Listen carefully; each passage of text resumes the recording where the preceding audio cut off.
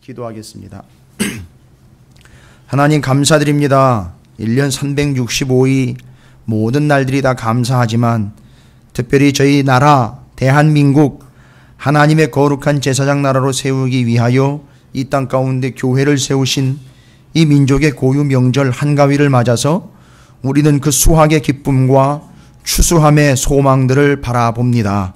주님, 우리에게 영적인 추수할 것들과 또 주님 오시기 전까지 우리가 감당해야 될 우리의 사명들을 겸손하게 돌아보게 하여 주시옵시고, 이 풍성한 절기에 나눌 것이 있는 것 감사하여 나중 주님 다시 오셨을 그때에 우리가 또한 마음껏 그 풍성한 열매들을 나눌 수 있기를 소망하며 우리의 믿음을 점검하는 절기가 되게 하여 주시옵소서. 이렇게 또 분주하고 바쁜 와중이지만 주님을 예배하는 일을 게을리할 수 없고, 또 우리의 본분이 주님을 예배하는 참 성도요 제자의 삶이기에 주님을 예배하고자 나왔사오니 주님, 저희들의 예배를 기쁘게 받아 주시옵시고, 우리가 다시 모여서 주의 말씀으로 구원받은 존재의 큰 기쁨과 그 신분을 다시 확인할 수 있는 복된 시간이 되게 하여 주시옵시고, 또 이 은혜를 받은 바 그대로 함께 가족들과 나눌 수 있게 허락하여 주시옵소서. 특별히 원하옵기로는 민족의 교회와 모든 성도들의 가정과 또 성도들의 행하는 모든 일들과 믿음으로 선포한 모든 것들이 주님의 이름으로 이루어지게 하여 주시옵시고 열매 맺게 하여 주시옵소서. 이제 한 가족 함께 모여서 함께 나눌 때에 주의 은혜와 말씀도 함께 나눌 수 있는 복된 영혼들로 삼아 주시옵시고, 특별히 이 시간에 말씀을 귀하게 나누고자 하오니 이 말씀이 말씀대로 우리에게 새겨질 뿐만 아니라 이루어지는 약속의 말씀이 되게 하여 주시옵소서. 나눌 수 있는 하나님의 은혜가 되게 하여 주시옵소서. 감사드립니다. 우리 구주 예수 그리스도 이름으로 간절히 기도 올리옵나이다. 아멘. 할렐루야. 예, 우리 옆에 있는 분들 축복하도록 하겠습니다. 오늘이 추석이기 때문에, 추석 맞죠? 한가위 명절이기 때문에 우리가 뭐 금요일에도 잠깐 나눴지만 옆에 있는 분께 정말 환한 표정과 내가 이 세상에서 지을 수 있는 가장 행복한 표정으로 옆에 있는 분께 샬롬이라고 축복하시기 바라겠습니다. 이건 축복입니다. 그냥 인사가 아니라 샬롬. 여러분 그 샬롬의 뜻이 뭔지 아시죠? 예, 샬롬은 평안, 평화. 근데 이게 어디로부터 왔느냐? 절대 어떤 것도 치고 들어올 수 없는 꽉 들어찬 상태. 뭐가 들어찬 거죠? 하나님의 은혜가 들어찬 상태이기 때문에 그게 평화가 되는 겁니다. 그냥 아무 일 없는 거기 때문에 평화가 아니라 하나님의 은혜로 꽉 들어차 있기 때문에 은혜 아닌 다른 것이 들어올 틈이 없어서 평화라는 겁니다. 여러분에게 그런 평화가 임하시기를 주의 이름으로 축원을 드립니다. 오늘 또 추석이니까 슈퍼문 뜬대잖아요. 그렇죠? 예, 아주 둥근, 한번 보시면서 이게 샬롬이 저런 거구나. 꽉 찬 상태로구나. 찌그러지지 않고 비지 않은 상태. 저걸 샬롬이라고 하는 거구나. 한번 보름달 크게 뜨면 그거 보시고 저게 샬롬이구나 한번 확인해 보시면 됩니다. 그래서 옛날에 우리 조상들도요, 그 보름달 따다가 이렇게 뭐 준대는 등 이런 표현 자꾸 하는 게 우리가 이미 성경의 샬롬이라는 축복을 개념상으로는 알고 있는 거예요. 그런 상태가 되길 바란다라고 축복했던 거죠. 그게 이제 한가위 명절에 서로가 덕담 나누면서 늘 한가위만 같아라라고 이야기했던 그런 본질적인 의미입니다. 그래서 여러분의 삶에 정말 여호와 하나님의 샬롬의 은혜가 충만하시기를 주의 이름으로 축원을 드립니다. 자, 오늘도 이렇게 예배 자리에 함께한 여러분들 또 한 번 주님의 이름으로 축원을 드리고요. 축복하고 여러분께서 주시는 하나님의 말씀으로 우리 가족들과 나눌 수 있는 축복의 말씀들 되기를 또한 주님의 이름으로 축원을 드립니다. 자, 우리는 뭐 순서대로 가고 있기 때문에 말씀의 순서대로 지금 진행이 되고 있기 때문에 오늘 우리가 말씀을 나누고자 하는 말씀은 여러분 다 아시다시피 정말 은혜스럽게도 9절까지예요. 은혜스럽게도 도피성이 아니라 은혜스럽게도 9절까지예요. 그 앞선 장은 51절까지였거든요. 야, 그거 안 걸리기를 얼마나 감사합니까? 저가 이렇게 노린 게 아닌데, 야, 이거 한가위라고 여러분. 또 여러분 또 자꾸 오해하시면 안 돼. 예배 빨리 드리고 가서 빨리 떡 먹으라고 그렇게 또 배려까지. 그런 거 절대 아닙니다. 여러분 예배의 자리가 도피성이 되시길 주의 이름으로 축원을 드립니다. 이게 도피성이라고 이야기하면 자꾸 도망간다는 얘기 때문에 여러분의 삶에 다 내버려 두고 여기 도망 온 것처럼 오해하실 수가 있어요. 여러분 도망 온 게 아니에요. 도망 온 게 아니라 살러 온 겁니다. 할렐루야. 이게 그냥 도망 다니는 신세 아닙니다. 여러분 우리는 살아가는 존재죠. 주의 은혜로 살아가는 존재입니다. 지금 가나안 땅 이야기, 지금 가나안 땅 다 정복했고요. 땅 다 나눠줬지 않습니까? 그렇죠. 근데 그러고 보니까 진짜 땅도 다 나눠 가졌죠. 민족도 지금 나라 만들기에 충분한 숫자가 됐죠. 이거 지금 우리가 떠올려 보면 이게 하나님이 이전에 사람 그 정도 되게 해주겠다. 살 수 있는 땅도 주겠다. 이거 누구와 약속을 이미 했었죠. 저 창세기 12장부터 15장까지 가보시면 아브라함한테 야, 너 민족 하늘의 별 바다의 모래와 같이 해주겠다. 땅의 모래와 같이 해주겠다. 그리고 너희가 분명히 들어갈 수 있는 땅, 약속의 땅을 내가 너희들에게 허락하겠다. 분명히 약속하셨잖아요. 그러니까 우리 인생은 어떤 인생이냐 하면 막연하게 기대하는 인생이 아니라 뭐 믿고 가는 인생이라는 거죠. 약속 믿고 왔는데 어디로 온 거죠?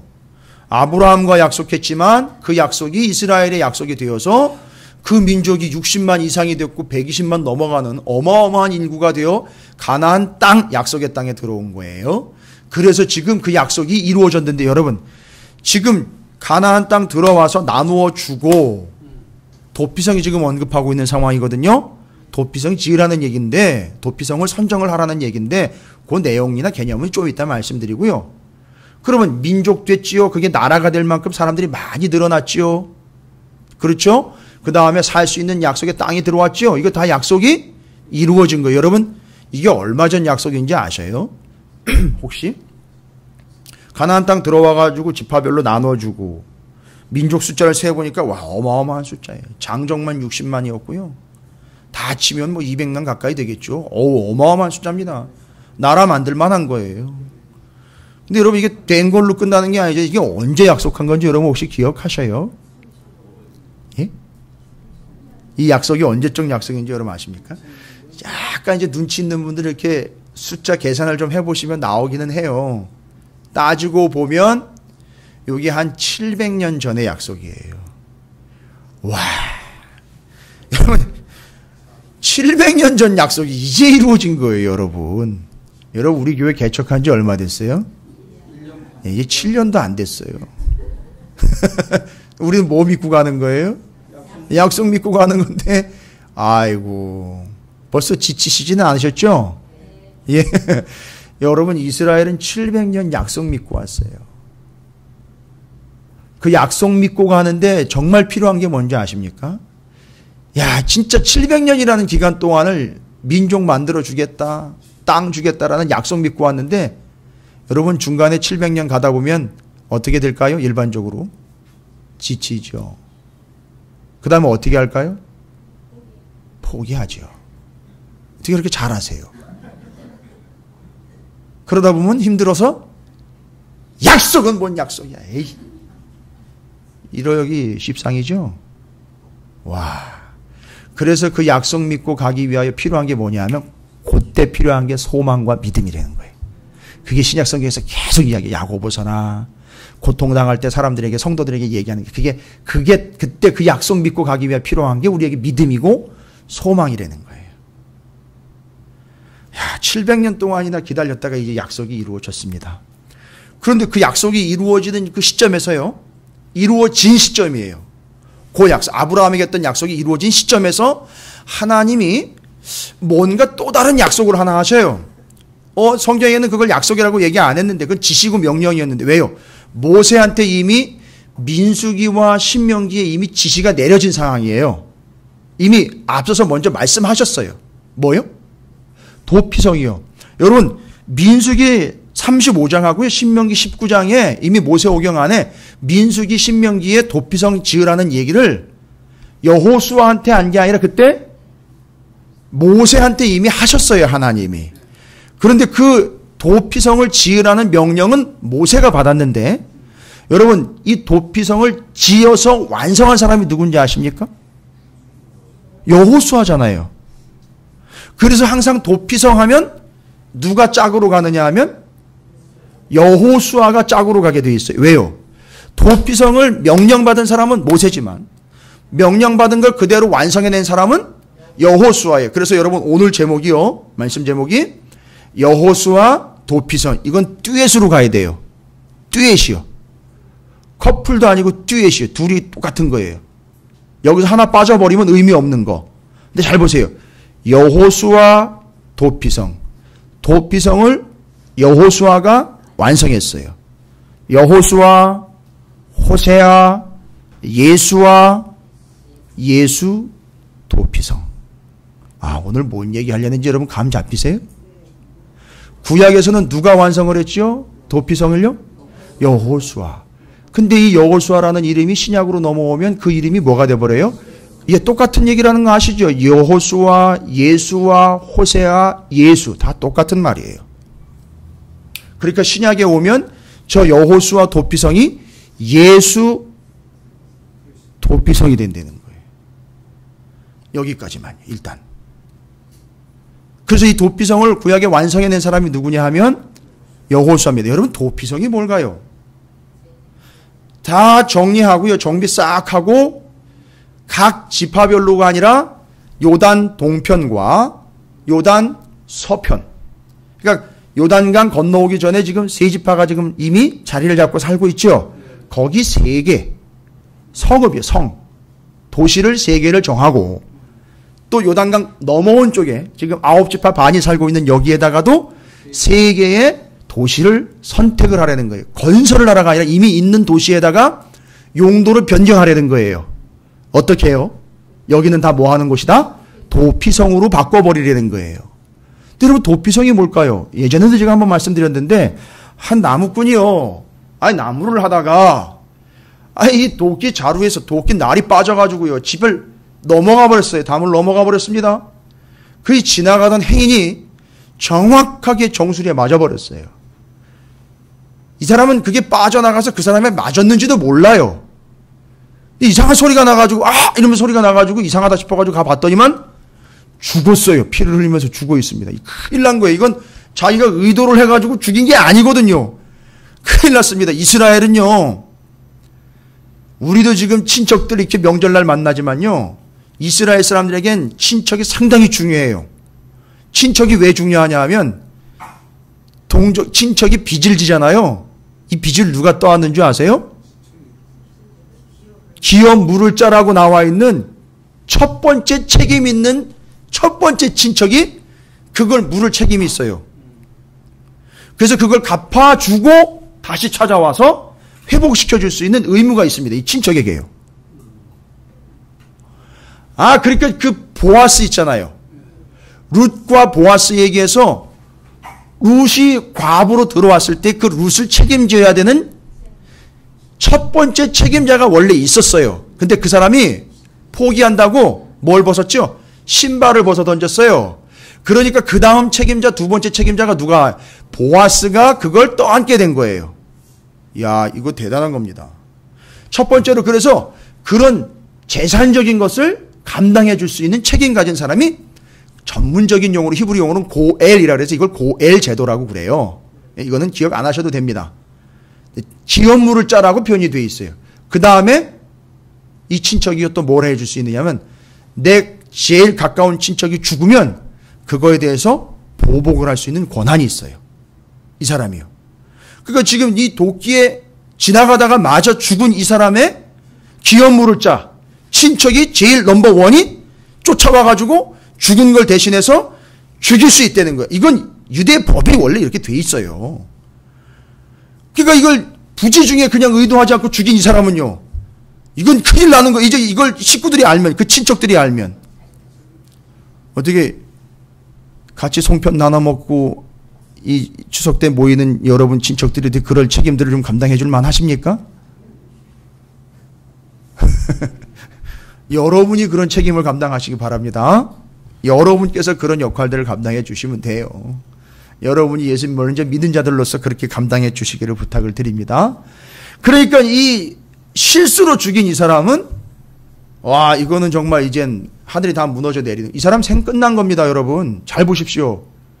실수건 어쨌든지 간에 이 사람은요, 실수로 죽였든지 어쨌든지 간에 이 사람 인생은 끝났다고 보시면 된다고요.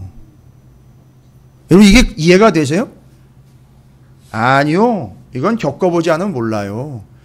아니, 실수로 죽였다고요. 실수로 죽였는데, 이제 이 사람은요, 나는 뭐 살인자네, 뭐 어쩌네, 이렇게 자수하고 뭐 이런 개념의 기념이 아니라, 이 사람 인생은 끝나버린 거예요. 왜요? 그냥 이대로 있으면 어떻게 될까요? 죽을 수밖에 없단 말이에요. 하여튼 어디든지 땅끝까지라도 누가 쫓아올 수 있는 거예요. 그 기업물을 자가 와가지고 나를 죽이면 나는 아무 소리도 못하는 거예요. 그러니까 평생 뭐 해야 되는 거예요? 죄인이고요. 도망 다녀야 되는 신세가 되는 겁니다, 여러분. 여러분, 이 실수로 도끼날 날려버린 이 사람의 이 고충을 여러분 아세요? 몰라요, 여러분. 아무도 모릅니다. 정말 죽을 징경이, 이게 정말 이건 어떻게 표현을 못하는 거예요. 정말 환장하겠는 거예요, 정말. 죄송합니다. 좀 과격하게 표현할게요. 정말 미치고 팔짝 뛰는 거예요, 이거는 진짜. 세상에 다 뒤집어지는 겁니다. 여러분, 끝난 거예요, 끝난 거. 죽여도 뭐라고 얘기 못해요.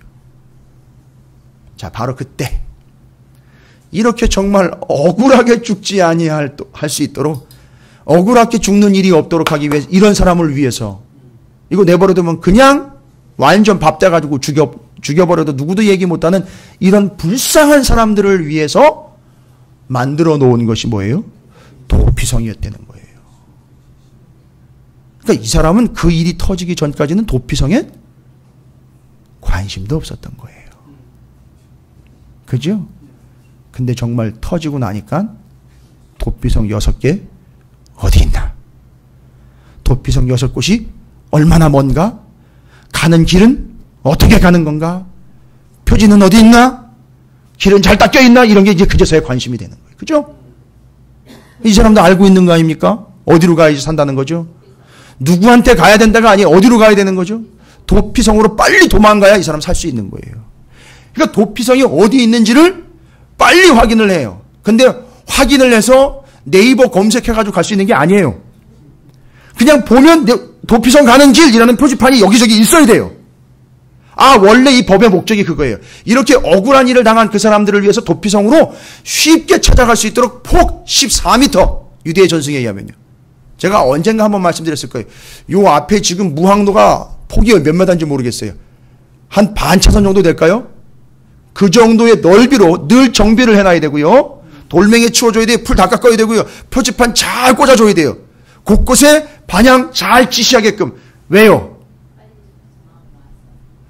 그런 억울한 일을 당하여 억울한 죽음이 생기지 않도록 그 사람들이 빨리 거길 찾아갈 수 있도록 표지판 만들어 세워야 되고 길 잘 닦아놔야 되고 풀도 뽑아야 되고요. 해마다 잘 정비를 해서 폭이 좁아지는 일이 없도록 해놔야 되는 거예요. 그 억울한 사람들 억울하게 죽지 아니하도록 하기 위하여 만들어 놓은 것이 도피성이었습니다. 아, 그러니까 이제 이 도피성의 개념을 여러분 아시겠습니까? 예, 그건 그 일을 겪지 않으면 그 전까지는 그게 얼마나 필요한 건지, 얼마나 자기에겐 소중한 건지를 모를 거라는. 그런데 여러분, 제가 이제 말씀을 준비하면서 질문이 하나 생겼어요. 그래가지고 이제 그 질문에 대한 답을 찾아냈는데, 여러분, 그럼 도피성이 있기 전에는요? 예? 도피성이 있기 전에 어떻게 됐을까요? 도피성이 있기 전에는 절대 이런 일이 있으면 안 돼요. 그렇게 얘기한다고 됩니까? 도피성이 생기기 전에는 이런 억울한 일이 생기면 안 되니까 절대 그런 일은 발생되지 않도록 조심해. 한다고 돼요? 도피성이 생기기 전에 만약 이런 일이 생겼다면 여러분 어떻게 해야 될까요? 예? 너무 야박하시네요. 그러니까 도피성이 생기기 전에 이런 일이 생기면 터지면 넌 죽어야 된다. 그냥 죽으라고 내버려 둬야 되나요? 하나님이 절대 그런 분은 아니신데 제도가 생기지 않았으니까. 도피성이라는 제도가 없었어요. 시스템이 없었으니까. 근데 성경에 나와 있어요, 여러분. 도피성 생기기 전에 이런 일이 생기면 어떻게 해야 되느냐. 아, 저를 빤히 쳐다보신다고 답은 안 나와요. 성경을 찾아야 답이 나옵니다. 여러분 보실까요? 이미 우리가 살펴봤는데 출애굽기 21장. 출애굽기 21장에 보세요. 여러분 아마 이제 기억나실 거예요. 읽어보시면. 출애굽기 21장에 보면 여러분 이거 도피성 생기기 전입니다. 도피성 생기기 전에 이런 어마어마한 일을 겪게 된 이 사람들을 어떻게 해야 살 수 있을까? 출애굽기 21장 12절부터 14절까지요. 구약성경 113쪽에 출애굽기 21장 12절부터 14절까지에 이런 기록이 되어 있습니다.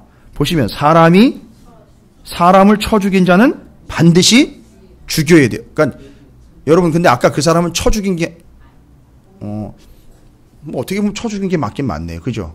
근데 의도한 건 아니었으니까 어떻게든 쳐서 죽였어요. 도끼 날이 쳤지만 죽였어요. 그죠? 반드시 죽어야 돼. 그렇죠. 그런데 봐요. 뒤에 만일 사람이 고의적으로 한 것이 아니라 나 하나님이 사람을 그의 손에 넘긴 것이면, 그러니까 그냥 사고로 인해서 의도한 바로 사람의 범죄 의도에 의해서 죽인 게 아니고 다 내 뜻에 의해서 그냥 죽은 게 돼버리면 이 사람은 고의로 죽은 게 아니니까 그럴 경우는 어떻게 돼요? 내가 그를 위하여 한 곳을 정하리니. 여러분 이건 도피성 얘기한 건 아니에요. 아직 그 사람이 그리로 도망할 것이며 그러니까 지금 도망할 수 있도록 유일하게 한 곳을 마련을 해놨어요.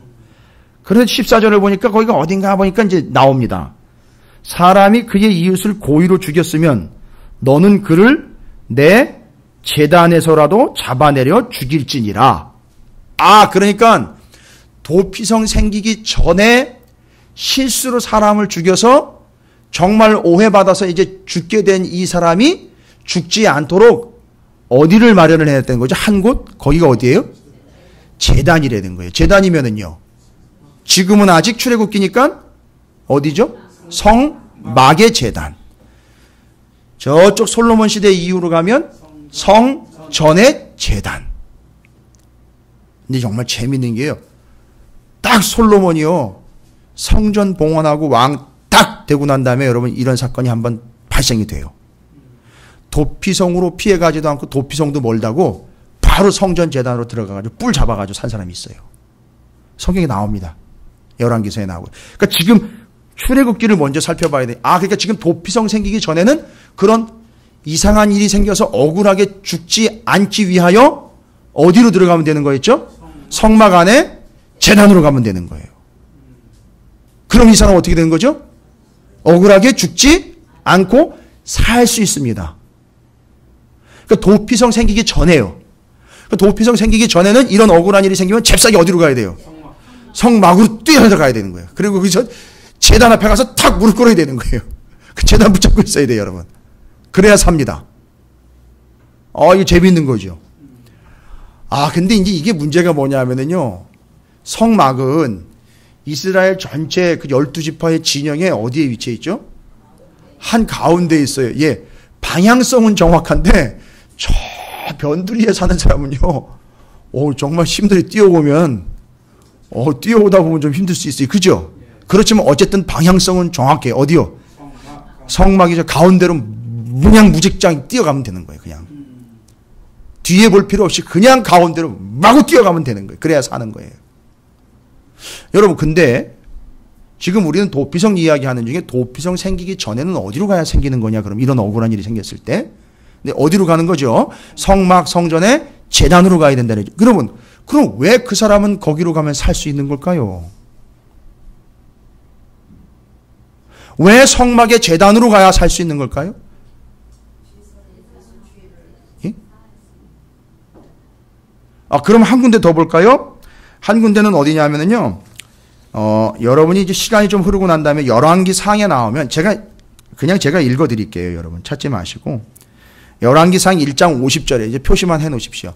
열왕기상 1장 50절에 누구 얘기가 나오냐면 요런 죽을 위기에 처한 사람이 하나가 생깁니다. 누구냐면 아도니아라는 사람이 생겨요. 누구냐면 솔로몬의 형제예요. 근데 이 아도니아가 무슨 짓을 했느냐 하면 아버지의 대권을 자기가 이어받으려고 솔로몬을 반역을 합니다. 그걸 꾀했어요. 이미 솔로몬은 왕으로 내정이 되어 있고 세워졌는데 솔로몬 밀어내고 지가 왕이 되려고 아도니아가 반역을 꾀합니다. 이게 걸려들었어요. 이게 들통이 나버렸습니다. 이때 아도니아가 무슨 짓을 하느냐 아십니까? 바로 성전으로 뛰어들어가요. 성전으로 뛰어들어가서 성전 뿔을 잡아요. 제단 뿔을 잡습니다. 실제로 솔로몬이요? 죽이지 않아요. 아무리 왕이라도 그걸 죽이지 않습니다. 그냥 봐준 게 아니라 솔로몬이 뭘 알고 있기 때문에요? 출애굽기 21장 12절부터 14절 요 규범을 알고 있기에 그걸 그대로 실행을 해줬어요. 근데 보세요. 고의로 사람을 죽인 경우 외에는 이라고 분명히 단서가 있는데 아도니아 같은 경우는 반역을 꾀한 반역자입니다. 쿠데타를 끼우려고 하는 그런 자였습니다. 반역자예요. 이건 죽여도 마땅한 거거든요. 왕권에 의하면요.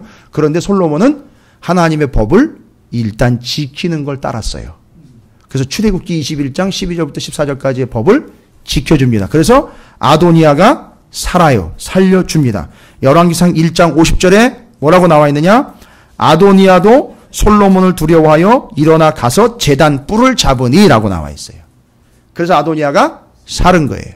여러분, 제가 지금 옛날 얘기나 역사 얘기 드리는 거 아니에요. 여러분, 정말 여러분 정신 바싹 차리시고 들으셔야 돼요. 내 일 아니네. 당연하죠. 도끼로 나름 다른 사람 이마를 쳐서 죽이지 않은 이상 내가 지금 죽게 되었다라는 거 인식 못하는 이상은 이 이야기는 남의 얘기고요. 뭔 옛날 얘기고 나랑 상관없는 얘기예요.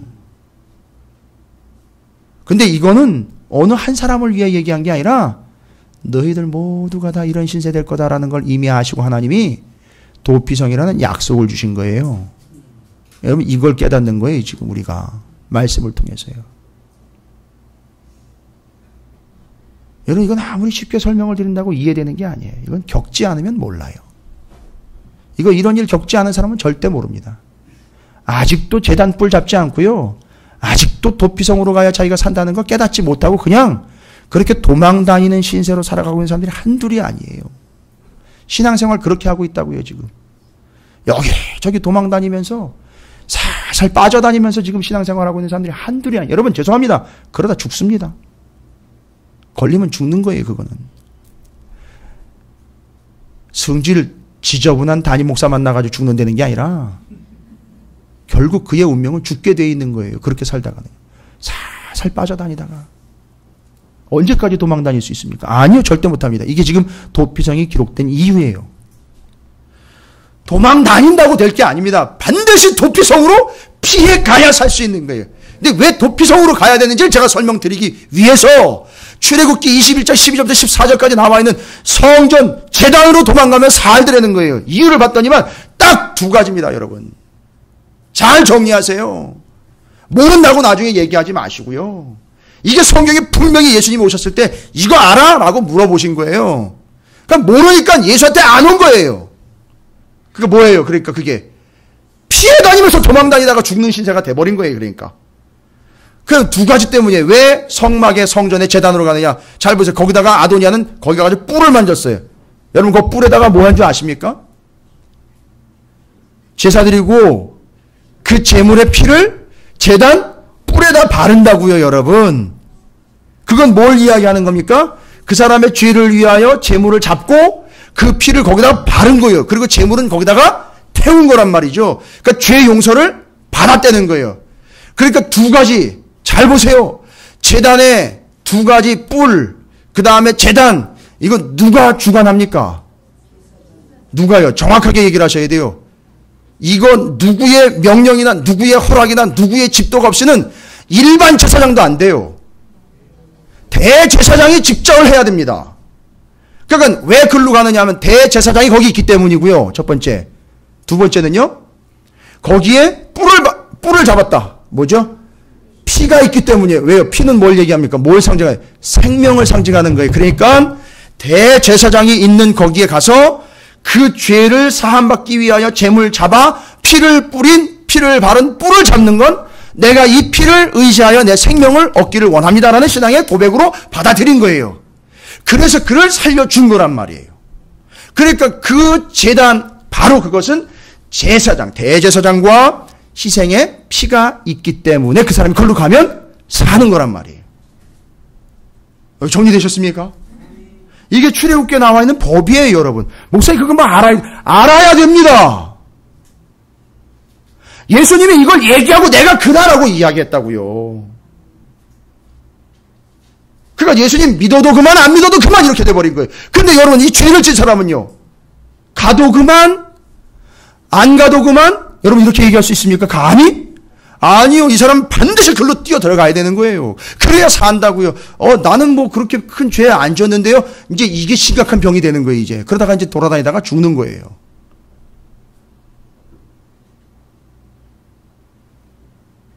그런데 이게 하나님이 여호수아에게 도피성이라는 제도를 만들어서 제단으로 들어오면 살 수 있는데 아예 이제는 어떻게 하라고 명령이 떨어졌죠?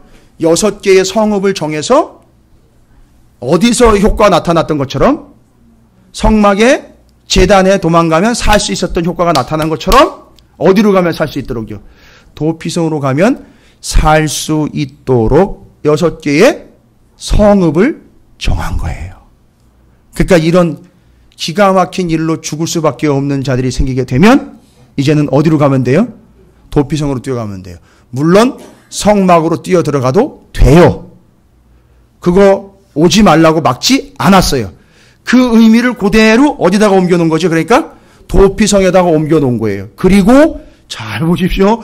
6개의 도피성을 누가 관리를 하는지 아십니까? 대제사장이 관리를 해요. 6개의 도피성이요. 대제사장이 관리를 합니다. 그리고 여러분 아시다시피 그렇게 해서 들어간 사람은요. 그렇게 해서 들어간 사람은 절대 그 사람을 죽이려고 누가 쫓아와도 그 안에서 보호해 주죠. 절대 내주지 않죠. 그 형제가 와가지고 저놈이 내 형제를 죽였다 이래가지고 그 형제를 죽이려고 쫓아와도 절대 내주지 않아요. 누구의 권한으로요? 대제사장의 권한으로 내주지 않습니다. 그러나 혹시라도 이 사람이 괜히 나가고 싶어가지고 도피성을 나가는 순간 어떻게 되죠? 죽습니다. 아니 벼락을 맞아 죽는 게 아니라 나가면 그 사람 죽이려고 노리고 있는 자들이 한둘이 아니기 때문에 분명히 죽을 수밖에 없다는 거예요. 그러니까 거기 나가면 끝나는 거예요. 도피성 나가면 끝나는 거죠. 그러니까 이 사람은 나갈 수가 없어요. 단 언제만 나갈 수 있다 그랬죠? 오늘도 분명히 나와 있어요. 대제사장이 죽는 날까지 그 도피성에 피해 있다가 대제사장이 죽으면 나가는 거예요. 할렐루야. 여러분 이거 상당히 중요한 얘기인데 추석 명절에 전 먹고 떡 먹느라고 우리가 그냥 그런 데에 관심이 있어가지고 그래도 이 시간에 여기 와 계신 분들 정말 집중하려고 이 시간을 예배 시간으로 이 말씀에 또 조명을 받고 있는데 상당히 중요한 겁니다. 여러분 이건 여러분이 옮길 수 있으셔야 돼요. 그냥 듣고 귀동냥으로 넘어갈 상황이 아닙니다. 여러분이 바로 그 존재예요. 도피성으로 도망온 존재들이라고요. 아니요 나는 내가 예수 믿는다고 내가 고백해서 왔는데 아니요 안 믿고 안 믿는다고 고백했으면 어떻게 될 거예요? 죽는다고요. 누가요? 우는 사자처럼요. 사단이요. 우는 사자처럼 잡아먹으려고 덤비고 있는 상황인데요. 그 상황에서 똑바로 제대로 도망가야죠. 피해가야죠. 그러니까 지금 도피성 6개로 도망간 이 사람들은 대제사장이 살아있는 동안은 대제사장이 다 책임집니다. 뭐요? 입는 것서부터 먹는 것까지 다 책임져요. 심지어 이 대제사장은 죽으면 어떻게 돼요? 죽으면 여기 도망온 이 사람이 그 죽음과 동시에 나의 모든 죄는 공소시효가 끝났음 하고 나가는 거예요. 풀려나는 거예요. 여러분 이게 정리가 안 되면 예수님이 왜 그렇게 무던히도 내가 죽어야 네가 산다고 내가 죽어야 네가 풀려난다는 이야기를 100번 1000번 들어도 이해가 안 되는 거예요. 그리고 주님이 뭐로 오셨다고요? 내가 대제사장으로 왔다 그러잖아요. 그리고 내가 죽어야 된대요. 이 도피성 이거 이해하면 확 정리돼 버리는 거 아닙니까? 아니 몇 번씩이나 얘기를 해도 못 알아들을 건데 왠가 봤더니만 이 원칙을 가지고 주님은 말씀하셨어요. 이 도피성의 원칙을 가지고 얘기를 하신 거예요. 내가 대제사장인데 내가 죽으면 살아있는 동안은 너의 핏값으로 내가 다 감당했고 내가 죽으면 너는 해방이라는 거예요. 그런데 우리는요, 믿음 좋은 척하면서 뭐라고 얘기합니까? 나는 죽고 예수는 살고를 먼저 얘기를 해버려요. 죄송합니다. 믿음 좋은 것 같지만 아무것도 모르는 상태로 고백하는 거예요. 나는 죽고 예수가 살고요. 맞아요. 그런데 그 전에요. 그가 죽었기 때문에 지가 사는 거예요. 그거 쏙 빼놓고 내 믿음 좋은 거 티를 내고 나는 죽고 예수는 살고 아주 고상스러운 고백처럼 그렇게 신앙의 고백을 내버려요. 아니요. 예수가 반드시 죽어야 도피성에서 나오는 거예요. 자유가 되는 거예요. 생명을 얻는 겁니다, 여러분. 그래서 우리가 지금 이렇게 자유롭게 주님을 예배할 수 있게 된 거예요. 자유롭게 하나님을 예배하러 나올 수 있는 존재가 된 겁니다. 이게 도피성이었다는 거예요. 여러분, 이게 이제 정리가 되십니까? 그러니까 왜 제단으로 들어갔느냐? 대제사장의 권한 하에 뿔에다가 바른 그 희생의 피, 생명, 그것 때문에 이 죄인이 용서를 받고 거기서 생명을 유지할 수 있었던 거예요. 이걸 그대로 어디로 옮겨놨다는 거죠? 도피성 6군데로 옮겨놓은 거예요. 잘 보세요. 근데 도피성에는요, 제단 없잖아요. 피 없잖아요. 그걸 다 누가 담당을 한 거죠? 그러니까 대제사장이 다 책임진 거예요. 자기가 죽을 때까지 지켜주겠다. 자기가 죽을 때까지 너는 여기 있어야 살 수 있다. 내가 죽을 때까지 너는 나와 함께 있어야 돼. 내가 죽을 때까지 너는 내가 주는 거 먹어야 되고 내가 주는 거 입어야 되고 내게 보살핌을 받아야 돼. 할렐루야. 이게 주님이 말씀하신 거야고요. 주님의 죽음이 내게 증거가 되고 믿겨질 때까지 계속 말씀 먹어야 되는 거고요. 주님의 보호 받아야 되는 거예요. 주님 믿어야 되는 거란 말이에요. 나를 위해 죽으신 거구나. 믿겨질 때까지 계속 주님이 주는 거 먹어야 되는 거예요. 그걸 믿고 살아야 되는 거예요. 그러고 난 다음에 내가 자유를 얻었다. 내가 생명을 얻었다. 이걸 자유롭게 그 다음에 얘기할 수 있는 거라고요. 그걸 누가 다 담당했느냐? 제사장이 담당했죠. 그래서 제가 예전에 한번 말씀드렸죠? 제사장 엄마, 대제사장 엄마의 그 심령을 여러분이 아십니까? 그러니까 이 도피성에 피신 온 이 사람들은요, 실수로지만 다른 사람을 죽이고 자기가 도망 나왔기 때문에 자기는 지금 이제 어쨌든 살았거든요. 근데 이 사람의 욕심이 끝이 없는지라 마음 가운데는 이제 사는 것만 가지고 만족 안 되지요? 어떻게 하고 싶어요? 자꾸 집으로 가고 싶은 거 아닙니까? 나가고 싶은 거 아닙니까? 그러니까 아침마다 일어나가지고 뭘 점검합니까? 제사장이 그렇게 먹을 거 갖다 주고 입을 것 주고 다 책임져 줬는데 아침에 일어나가지고 이 죄인이 뭔 생각을 하고 있어요? 이놈 이거 안 돌아가셨나? 왜요? 제사장이 죽어야 자기가 나가니까요. 이 노인네 아직 안 돌아가셨나? 아직 검버섯 안 폈나? 이런 거에 관심이 있는 거 아닙니까? 그게 제사장이에요. 그래서 그 제사장의 어머니, 대제사장의 어머니가 어떻게 하셨다고 그랬어요? 이거 성경에 안 나왔지만 유대인들이 전해져 내려오는 얘기에 의하면 대제사장의 어머니가 도피성으로 피해온 그 피의 보복을 피해 도망온 그 죄인들을 위해서 지극 정성으로 먹을 걸 접해주고 옷도 기워 입혀주고 아주 정성을 다했다는 거 아닙니까? 이유는요, 제발 내 아들 일찍 죽으라고 기도하지 말라고. 여러분, 이게 단순히 우리가 그냥 얘기거리로 듣고 넘어갈 얘기가 아닙니다. 여러분, 그래서 우리가 사는 거예요. 그래서 그 죽을 영혼 하나가 그렇게 해서 살아나는 겁니다. 살고 풀려나는 거예요. 여러분, 어디 함부로 주님 앞에서 우리가 우리의 권리를 주장하고 예수 없이도 내가 내 의를 가지고 살아가시 어디 함부로 자기 의를 죄송합니다 짓거려 됩니까? 말이 안 되는 거예요. 도피성 안에 살고 있는 자가 어찌 그래도 내가 민첩했으니까 내가 평상시에 체력 단련을 열심히 해놨기 때문에 그 사고 터지자마자 내가 잽싸게 일로 달려올 수 있었어. 그래서 내가 살아난 거야. 여러분 어떠세요? 예? 내가 눈치가 빨랐길 다행이지. 몰랐으면 내가 벌써 죽었을 거야. 이러면서 도피성에 들어와 있는 그 죄인이 맨날 한다는 소리가 그래도 내가 그동안에 내가 엄청난 의를 쌓아놨기 때문에 그래도 도피성으로 도망가 살 수 있었나 보다. 착각 세상에 이런 착각도 어디 있습니까? 내버려두면 죽는다고요. 근데 그 사람은 여전히 도피성의 은혜를 모른 채로 뭘 얘기를 해요? 자꾸 내 발걸음이 빠르는 바람에, 내가 체력이 좋은 바람에, 내가 눈치가 빠른 바람에, 내가 그래도 그동안에 착하게 살은 바람에, 한 번의 실수지만 그 덕에 내가 이렇게 살 수 있었다. 뭐 이런 얘기하고 있다는 거예요, 이 사람이요 지금.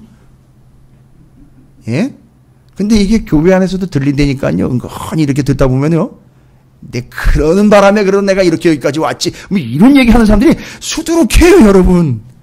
내가 그래도 빠지지 않고 예배 때마다 나오고 기도 때마다 내가 그냥 기도로 쌓기에 내가 여기까지 왔지. 이렇게 얘기를 한다니까요. 그게 아닌 건 아니지만 그걸 그렇게 내세우면 안 되죠. 그러니까 도피성에 들어간 사람은 뭐라고 얘기할 수밖에 없다.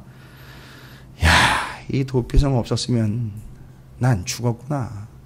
끝난 존재구나. 그래서 이제 도피성에는요, 뭐가 개입이 되느냐 하면 이제 공간으로 도망간다는 개념이 아니라 이건 반드시 누군가의 희생이 있어야 되는 거다라는 게 정리가 되잖아요. 그죠?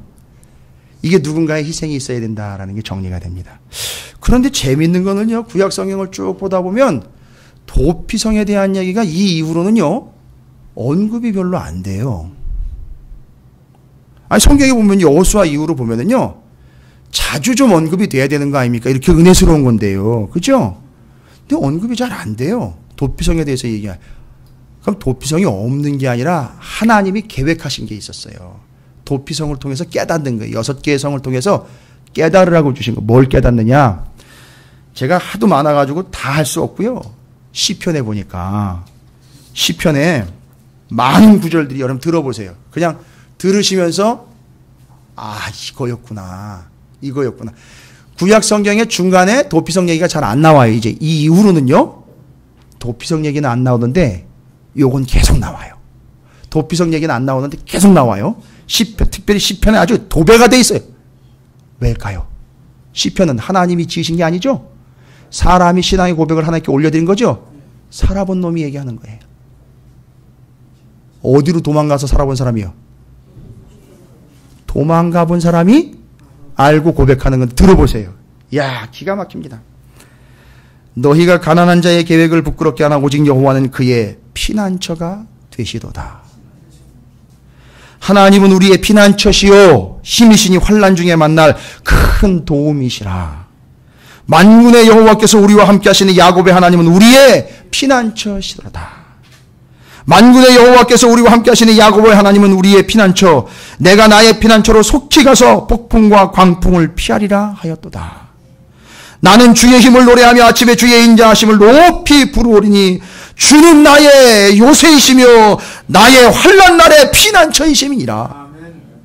주는 나의 피난처시여 원수를 피하는 견고한 망대이심이니이다. 나의 구원과 영광이 하나님께 있으며 내 힘의 반석과 피난처도 하나님께 있도다. 어떻게 좀 더 해볼까요? 어제 오후에 이렇게 말씀 준비하면서 이걸 쭉 제가 피난처라고 기록된 말씀을 다 읽었어요. 다 읽었어요. 읽으면서 정리가 되는 거예요. 주님이 나의 피난처, 주님이 나의 요새, 주님이 나의 도피처로구나가 정리가 돼버렸어요. 하나님이 하시려고 하는 얘기는 뭐예요? 빨리 도피성이 어딘지를 찾아가 도피성으로 가라가 아니라 그 도피성에는 대제사장의 권한이지만 거기엔 생명과 피가 있고 희생이 있으니 그게 바로 나다라고 이야기를 하시면서 죽겠어? 힘들어? 고통스러워? 내가 그 피난처야. 내가 도피성이야. 나에게 와라 라고 말씀하신 거예요. 이게 뒤로 이제 누구에게 연결이 되느냐? 예수 그리스도에게로 정리가 되는 거예요. 예수 도피성이 되는 거예요. 신약에 가서.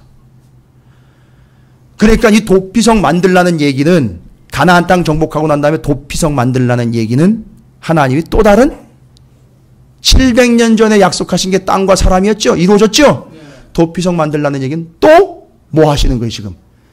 약속하시는 거라고요. 약속하시는 거예요. 그게 언제 이루어진지 아십니까? 그게 나야, 피난처는 나야, 도피성은 나야라고 이야기해서 내가 왔어요.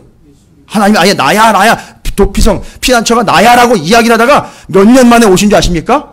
여기 이 이야기하고 난 다음에요. 여기 여호수아가 도피성 만들고 난 다음에 몇 년 만에 예수님이 오신 줄 아십니까? 정확하게요? 아니 몇 년, 몇 월, 며칠까지는 얘기 못하고요. 적당히 해서 1300년 정도 뒤에 예수님이 오십니다. 그래서 그 도피성이 누가가 되는 거죠? 예수 그리스도가 된 거예요. 할렐루야. 아멘. 왜요? 이 도피성에는 반드시 두 개가 있어야 된다 그랬잖아요. 누구요? 대제사장과 뭐가 있어야 되죠? 피가 있어야 되잖아요. 그 뿔 있잖아요. 뿔 잡은 거예요. 뿔 하면 또 뭐가 생각납니까 여러분? 양의 뿔이 생각나죠? 그 양은요 어떤 양입니까? 그렇죠. 자기의 희생을 위해서, 자기의 죄를 위해서 잡은 양 아닙니까? 그러니까 그 양 잡을 때 뿔 잡았지요. 뿔 잡고 양 잡았죠. 목 땄지요. 피가 튀었겠지요. 당연히 그 뿔에도 피가 묻은 겁니다. 그러니까 그 뿔은 구원의 뿔인 거예요, 여러분. 성경이 자꾸 나와 있는 구원의 뿔이라는 얘기가 바로 그 뿔 얘기하는 거예요. 그리고 그 뿔로 뭘 또 만들었습니까? 양각 나팔을 만들었어요. 그 양각 나팔을 만들어가지고 뭐 합니까? 이거 노래방 가서 쓰려고 만들었어요? 아니잖아요. 전진할 때, 여리고성 점령할 때, 건너갈 때, 그때마다 앞에서 양각 나팔을 부르는 거예요. 뭔 얘기입니까? 이 뿔은요, 이 양의 뿔은요, 나를 구원해준 희생의 제물이라는 거 아닙니까? 그러니까 그걸 불었다는 얘기는요, 구원이다 라는 걸 얘기하는 거예요. 너희는 구원받았다, 양의 피로 구원받았다 라를 외치는 게 양각 나팔이었던 거예요. 그게 제단이었고, 그게 도피성이라는 얘기입니다. 와, 여러분, 오늘 명절이라 제가 설교 말씀 길게 안 하려고 그러는데,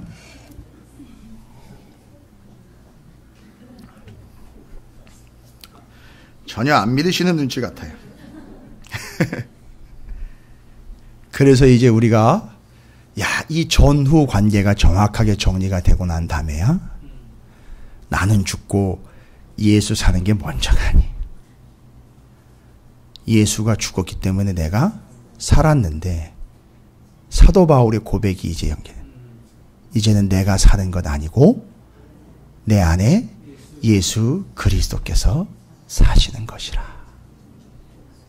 여러분 이거 연결해서 모르면 이 이야기는 죽을 때까지도 모르고 그냥 죽어요.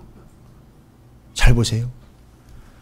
나를 위하여 양이 죽었고 그 양으로 예수가 오셨고 나 때문에 예수가 죽었는데 그가 죽었기에 내가 살았어요. 근데 이제 내가 사는 것은 내가 사는 것 아니요 내 안에 예수 그리스도께서 사시는 것이라. 여기까지 가는. 사도 바울이 이걸 알았기 때문에 이렇게 고백 끝내버린 겁니다. 저는 내가 죽고 예수가 사는 거 이건 믿음 좋은 고백이라고 저는 인정해요. 그러나 좀 알고 고백하자는 거예요. 이거 정리해서 고백하자는 거예요. 예수가 죽지 않으면 안 돼. 아무 소용없어요. 예수가 죽지 않으면, 그러니까 예수님은 죽으려고 환장하신 분이에요. 난 죽어야 돼. 난 죽어야, 여러분, 이제 이해가 되십니까? 대제사장이요. 잘 보세요. 대제사장이 도피성으로 피하는 수십 명의 사람들이 거기 있는데, 대제사장이요. 안 죽어! 난 안 죽어! 죽기 싫어. 내가 왜 죽어! 이랬다고 생각해 보세요. 그러면 그 도피성 안에 있는 사람들은요. 환장. 좋은 표현 하셨어요. 환장하는 거예요. 아니, 내가 나가야 되는데. 내가 풀려나야 되는데, 대제사장이 안 죽으면 어떻게 되는 겁니까, 도대체? 그럼 그때부터 이제 무슨 일이 생기는 거죠? 빨리 죽으라고. 작전기도 들어가는 거죠. 40일 금식기도 들어가는 거죠, 이제. 여러분, 이게 정말 야박한 얘기 같아요? 당신이 죽어야 내가 나갑니다라는 거. 정말 야박한 소리 같지만, 이게 진리라고요. 이게 사실 이게 법이에요, 법. 그러니까 예수가 죽어야 내가 사는 거예요. 그것 때문에 하나님이 당신의 하나밖에 없는 아들을 죽이신 거예요. 그래서 풀려난 거라고요, 우리가. 그리고 지금 예수로 사는 거예요. 이게 정리 안 되면 우리는 지금 여전히 내가 살고 있는 거예요. 도망 다니는 삶, 피해 다니는 삶. 여러분, 그래서 저 제목이 이제 정리가 되실 거예요. 여호수아 도피성이 피난처인 하나님으로 정리가 되면서 그 피난처로 예수 그리스도께서 오셨으니 예수 그리스도 곧 그가 도피성. 여러분 원칙이 있어요. 도피성으로 누구든지 피해갈 수 있습니다. 할렐루야. 언제든지 피해갈 수 있어요. 어디서든지 피해갈 수 있어요. 그리고 죽을 때까지, 대제사장이 죽을 때까지 거기 있으면 돼요. 뭔 얘기입니까? 요즘으로 자꾸 얘기를 하자 보면 담임 목사님 죽을 때까지 교회 다니는 건가요? 그러면 그렇게 되는 개념인가요? 아니요. 그게 아니라 대제사장 죽을 때까지 거기 있어야 된다는 얘기는 그가 나를 위하여 죽는 거로구나 라는 게 확인이 될 때까지요. 이해가 되십니까?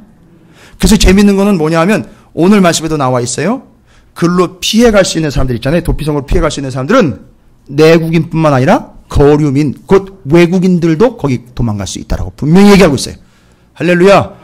그러니까 이게 누구를 통해서 가능한 거냐면 예수 그리스도를 통해서 가능한 거예요. 근데 솔로몬이요, 성전에다가 뭘 만들었죠? 이방인의 뜰을 만들었어요. 할렐루야. 그러니까 이게 하나님의 뜻이 전체적으로 다 정리가 되는 거예요. 이방인의 뜰을 만들어 이방인도 구원받게 하고, 도피성을 만들어 도피성에 이방인들도 도망할 수 있고 구원받을 수 있도록 했다는 사실. 여러분 미안합니다. 이방인도 구원받아요. 이방인도 구원받는다고요. 이 이야기는 누구한테 얘기하면 될까요? 유대인들한테. 야, 이방인도 구원받는다. 너네 뭐 하는 거냐 지금 도대체. 왜 빨리 도망 안 가냐. 왜 빨리 도피성으로 피해가지 않느냐. 왜 예수한테 도망가지 않느냐. 이 이야기 했던 거예요. 사도 바울이요. 예수한테 도망가야 된다. 예수한테. 제발 좀 어디로 가야 될지 뭐라고 방황하지 말고 예수한테로 도망가라. 예수한테로 도망가라. 아, 그게 사는 거고 그가 이제 죽을 거다 이거예요. 죽을 거. 죽는 게 받아들여지고 나를 왜 죽었다는 게 받아들여지고 나는 자유가 되는 거라는 거예요. 그렇게 돌아가신 거라는 거예요.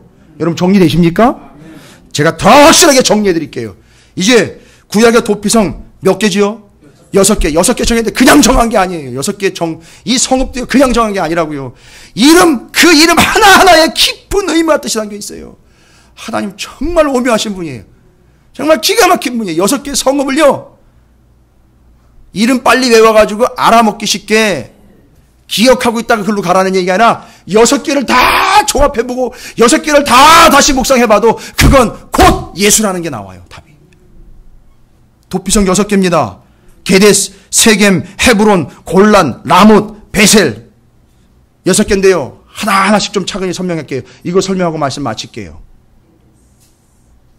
아, 요즘에 송편이요. 색색이 나왔더라고요. 속은 똑같아요.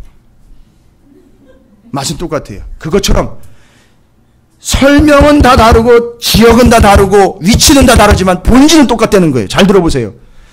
6개의 성읍 여기 나와 있죠? 20장에도요. 뒷부분 나와 있어요. 6개의 성읍을 이렇게 정했습니다. 제일 먼저는 어디를 정했느냐 하면 게데스를 정했습니다. 여러분 게데스는 뭐라냐면 거룩하다는 뜻이에요. 게데스. 그래서 거룩하고 의롭기 때문에 거기를 뭘로 칭하느냐 하면 성소라고 칭해요. 그러니까 게데스라는 곳에다가 정한 것은 바로 이 도피성은 뭐 하다는 거죠? 거룩하다, 의롭다는 거예요. 거룩하고 의로운 자만 오는 게 아니라 여기 거룩하고 의롭기 때문에 더러운 자들은 다 와야 된다는 얘기예요. 정리되셨습니까? 게데스. 6개의 성읍 중 첫 번째 게데스는 의롭다, 거룩하다는 거예요. 누구요? 오직 거룩하고 의로운 자, 유일한 자 누굽니까? 예수밖에 없다는 얘기예요. 할렐루야. 여러분 제가 이 6개의 성읍을 다시 정리하는 이유, 아니 지난번에는 뭐 정리한 적이 없지만 이제는 좀 시간을 들여서 집중적으로 이 지명 하나하나를 살피는 이유는요, 여러분이 반드시 도피성 되는 예수 그리스도께로 빨리 찾아가야 된다는 걸 제가 말씀드리는 걸 얘기하는 거예요. 내가 그 때문에 살았다는 거죠. 이제 내가 그를 위하여 죽고 그가 내 안에서 사는 그 믿음의 삶을 살아가는 사도 바울과 같은 존재가 되는데 그 6개의 성읍을 설명을 일일이 드리는 거예요. 여러분 이해하시라고요. 그럼 여러분이 사는 곳은요, 제기동 경동 미주 아파트 1급 보안이기 때문에 제가 동부와 호수는 말하지 않습니다. 이런 개념이 아닌 거예요. 내가 사는 곳은 바로 게데스고, 내가 사는 곳은 곧 세겜이고, 내가 사는 곳은 헤브론이고, 내가 사는 곳이 골란이고, 내가 사는 곳이 라못이고, 내가 사는 곳이 베셀이 되어 거기가 곧 도피성이 된다는 사실. 두 번째 세겜은요, 이스라엘 중부, 여기 게데스는 요단 서편의 북쪽에 있어요. 그런데 이제 세겜은요, 요단 동편의 가운데 있어요. 자, 이런 식이에요. 위에, 가운데, 아래. 오른쪽도, 동편 오른쪽도 위에, 가운데, 아래. 이렇게 정리했어요. 근데 게데스는 거룩하다, 의롭다. 여러분, 장소를 이야기하지 말고 누구냐로 정리하십시오. 그 다음에요, 세겜은요, 이스라엘 중부에 위치하는 뜻은 어깨라는 뜻이에요. 어깨. 깍두기 얘기 아니라 어깨. 이 어깨인데 잘 보세요. 야, 이거를 이사야가요. 이사야가 기가 막히게 이해를 했어요. 이사야 선지자가 예수님에 대해서 예언을 많이 했거든요. 근데 이사야 선지자가 뭐라고 했습니까? 이는 한 아기가 우리에게서 낳고 한 아들을 우리에게 주신 바 되었는데 그의 어깨에는 정사를 메었고 그의 이름은 기묘자라 모사라 전능하신 하나님이라 영존하시는 아버지라 평강의 왕이라 할 것입니다. 할렐루야. 와, 이 세겜이 그런 뜻이 있대. 어깨. 그게 누구의 어깨예요? 예수의 어깨 위에 다 지금 지고 계시는 거예요. 모든 짐과 수고하고 무거운 짐진 자들은 다 내게로 오라. 내가 어디다 진다? 내 어깨에다 다 지고 너는 그냥 옆에 붙어 따라오기만 해. 이거예요. 이 세겜이 곧 어깨, 주님의 어깨에 그 짐을 짊어진 어깨를 이야기한다는 거예요. 여러분, 이거 제가 만들어낸 거 아닙니다. 제가 오늘에서야 이제 도피성 6개 성을 좀 잘 여러분과 나누고 있는 거예요. 그건 어디냐에 관심이 있는 게 아니라 약속이 1300년 후에 이루어진다 그랬죠? 어디냐가 아니라 이제는 뭘로 질문해야 된다고요? 누구냐라고 질문해야 돼요. 누구냐? 그러면 오늘 말씀처럼 여호수아까지 여기까지 제대로 이 묵상한 사람들은요, 예수님 오셨을 때 그를 보면 뭐라고 얘기했겠어요? 저분이 여호수아서 이거 여기까지 제대로 20장까지 제대로 묵상한 사람들은 뭐라고 보겠습니까? 저분이 바로 20장에서 지금 뭔 얘기하고 있습니까? 우리 지금. 그래, 저분이 바로, 그러니까 지금 어떻게 된다? 나는 얼른, 그렇죠. 그를 도망가야 된다. 그를 피해가야 된다. 이거죠. 요거 정말 정신 못 차리고 알아먹지 못하고 있다가 잽싸게 튀어 들어간 사람 있잖아요. 그게 바로 사도 바울 아닙니까? 몰랐어요. 그 전까지요. 부활하신 주님을 만나기 전까지는 그분이 도피성인지 모르고 있다가 멍청하게 있다가 부활하신 주님이 탁 나타나니까 이분이 도피성이라고 하네. 잽싸게 뛰어라. 주 하나님, 그분을 믿고 영접을 하게 된 이 사실. 그래서 그 영접했다라는 게 바로 뭐예요? 도피성으로 도망갔다는 얘기예요. 그건 이제 사는 겁니다. 자, 그 다음에는요, 헤브론입니다. 헤브론은요, 왼편 남쪽이에요. 여러분 다 아시잖아요. 뜻이 원래는 교제, 사귐이란 뜻이고 언약, 약속이란 뜻을 가지고 있어요. 교제, 사귐이요. 헤브론이요. 게데스, 세겜, 헤브론. 다 정리되셨습니까? 거룩하고 의롭다. 어깨다. 그 정사를 맨 어깨. 예수 그리스도. 헤브론은요, 남부 정상에 위치한 교제, 사귐이다. 언약이다. 약속이다. 하나, 이제 세 곳은 다 어디 있습니까? 요단? 지금까지 제가 세 군데 말씀드린 요단강을 기준으로 왼편, 서쪽이 되는 거죠. 그 다음에 이제 말씀드릴 건 동편이 오른쪽. 거기에 있는 세 곳입니다. 골란. 참 이름도 그래요. 골란 고원이라고 하는 골란인데 이 뜻이 뭐냐면 이 골란이라는 동네가 바로 동편의 북쪽에 위치한 성이에요. 뜻이 망명하다, 도피하다라는 뜻을 가지고 있어요. 아예. 이 골란이라는 동네가. 망명하다, 도피하다. 그러니까 여러분이 예수 믿은 거는요, 여러분이 현명하고 똑똑해서 믿은 게 아니에요. 여러분이 도망간 거예요. 망명한 거라고요. 죄송합니다만 요새 난민들 이야기 많이 나오죠? 여러분 난민 신세였었어요. 예수 믿기 전에 우리 다 난민이었다고요. 근데 이제 제대로 도피성으로 들어온 거예요. 거기가 곤란인 거예요. 망명하다, 도피하다. 무엇으로부터 망명하셨습니까? 무엇으로부터 도피하셨습니까? 죄, 죽음으로부터 도피하신 거예요. 망명하신 겁니다. 그 다음에는요, 요단 동편의 중부 지역에 있는 길르앗 라못이라고 그러는데, 라못이라는 뜻이 또 있어요. 라못이라는 뜻이 참 의미 있는데, 가장 높은 곳 혹은 가장 높은 곳에 있는 사람이라는 뜻이에요. 라못이, 길르앗 라못이라는 뜻이에요. 그러니까 이거 어디냐가 아니라 지금 계속 누구냐에 관심 갖고 설명하고 있는 거예요. 지금 보세요. 어깨, 가장 높은 곳에 있는 자, 거룩한 자, 의로운 자. 여러분 다 그죠? 교제할 자, 사귀어야 될 자, 언약 맺어야 될, 약속 맺어야 될 자. 이건 진짜 만들어낸 게 아닙니다. 이거는 의도한 거예요. 아예 하나님이 이렇게 정리를 끝내버리신 겁니다. 끝으로요, 베셀이라는 성은요, 요단 동편의 남쪽에 위치한데 이건 또 더군다나 강한 요새라는 뜻을 가지고, 아주 강력한 요새라는 뜻을 가지고 있어요. 자, 여러분 6개 다 정리되셨죠? 말씀을 다시 들어보시면 이제 6개가 또 정리되겠지만, 지금 말씀 들으시면서 적으신 분들도 계시는데, 게데스, 세겜, 헤브론, 골란, 라못, 베셀, 이 모든 것은 다 어디냐가 아니라 어디요? 누구냐.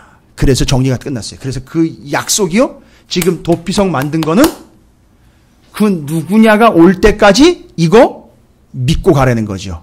그래서 하나님이 오실 때까지 당신을 뭐라고 표현했다고요? 계속 성경에서 나는 피난처라고 얘기해요. 그 피난처가 똑같아요. 도피처, 피난처가 도피처랑 똑같은 단어예요, 여러분. 의미가 똑같아요. 그래서 그분이 하나님이 오신 게 예수 그리스도. 우리의 도피성은 예수 그리스도라는 사실이에요. 할렐루야. 그 지금 여러분은 어디 안에 계시는 거죠? 예수 안에. 그리고 예수가 내 안에 있는 거예요. 할렐루야.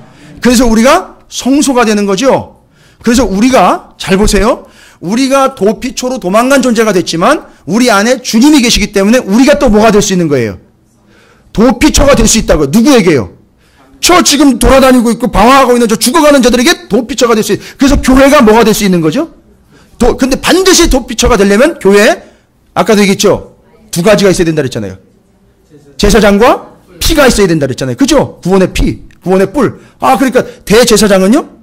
예수 그리스도예요. 여러분, 예수 없는 교회 많아요. 예? 있는 것 같은데 실제로는 없는 교회 많습니다. 제가 교회를 비판하거나 평가하는 게 아닙니다.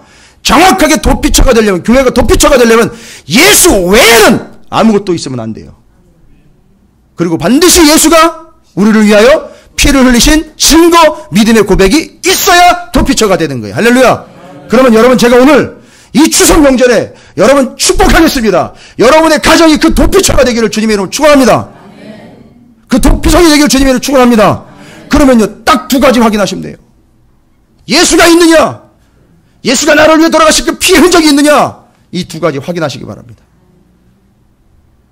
추석날 떡 먹는 집이 아니라 옛날에 6월절에 피 바르고 양고기 먹었던 집, 바로 그 집, 여러분의 가정이 되시길 주님의 이름으로 축복합니다. 도피처는 어디냐가 아니라 도피처는 누구냐? 바로 1300년 후에 약속이 이루어진, 700년 전의 약속이 이제 이루어져서 다시 1300년 뒤에 약속을 이루는 도피처. 여기가 어디냐? 도피성. 거기가 어디냐? 거기는 바로 찾으시는 교회. 여러분의 가정, 여러분의 직장, 여러분 한 영혼 한 영혼이 되시기를 주님의 이름으로 축원을 드립니다. 혹시 여러분 주위에 도피성으로 들어가지 못하고 방황하는 일이 있습니까? 내버려두면 피해 보복자에 의해 잡혀서 죽을 수밖에 없는 영혼들이 있습니까? 여러분 도피처를 빨리 알려주세요. 여러분이 도피처가 되어주세요. 그래서 그들을 구원해내시기를 주님의 이름으로 축원을 드립니다. 이렇게 용서받아 해방된 사람, 잘 보십시오. 이렇게 용서받아 대제사장이 죽고 살아있는 동안에 다 공급받았고 옷이 헤어지지 아니하고 먹을 것 떨어지지 아니하고 대제사장 죽고 난 다음에 풀려난 사람, 이제 어떻게 사는지 아십니까? 정말 기가 막힌 거예요. 이제 이걸 이해하고 난 다음에 이 얘기가 들어가는 거죠. 마태복음 18장 21절 이렇게 얘기합니다. 그때 베드로가 나와 이르되 주여, 형제가 내게 범죄하면 몇 번이나 용서하리이까? 7번까지 하오리이까? 예수님이 얘기하십니다. 너 도피성 알지? 너 거기서 나왔지? 하고 이야기 들어가는 거예요. 뭐죠? 예수께서 이르시되 내게 이르노니 7번뿐 아니라 7번을 70번까지라도 할지니라. 이게 그냥 이를 악문다고 되는 게 아니에요. 도피성에서 지내보고 도피성에서 나와본 사람만 할 수 있는 거예요. 자기가 어떤 존재니까 그렇게 용서받고 그렇게 살아나온 존재이기 때문에 70번씩 7번 가능하게 된다는 거예요. 누가 시켜서 되는 게 아니라는 겁니다. 자, 옆에 있는 분 축복하도록 하겠습니다. 당신의 도피처인 예수 그리스도로 피신하십시오 라고 축복하시기 바라겠습니다. 한 번 더, 추석이니까요, 가족들 모이고 그러니까 축복 좀 마음껏 좀 해주자고요. 당신의 집이 도피성입니다 라고 축복하시기 바라겠습니다. 할렐루야. 여러분이 바로 그런 복받은 존재예요. 복된 존재로 이번 추석 명절을 좀 은혜롭게 함께 나누시고, 여기 가족들이 함께 모인 분들은 오늘 가정에 돌아가셔서 이곳이 하나님의 도피성이니 여기 예수 그리스도와 그 구원의 피가 늘 지워지지 않는 누구나 구원받을 수 있는 도피성이 되게 해달라고 함께 기도하면서 같이 예배도 드리시고 서로를 축복하시게 되시기를 주님의 이름으로 축원을 드립니다.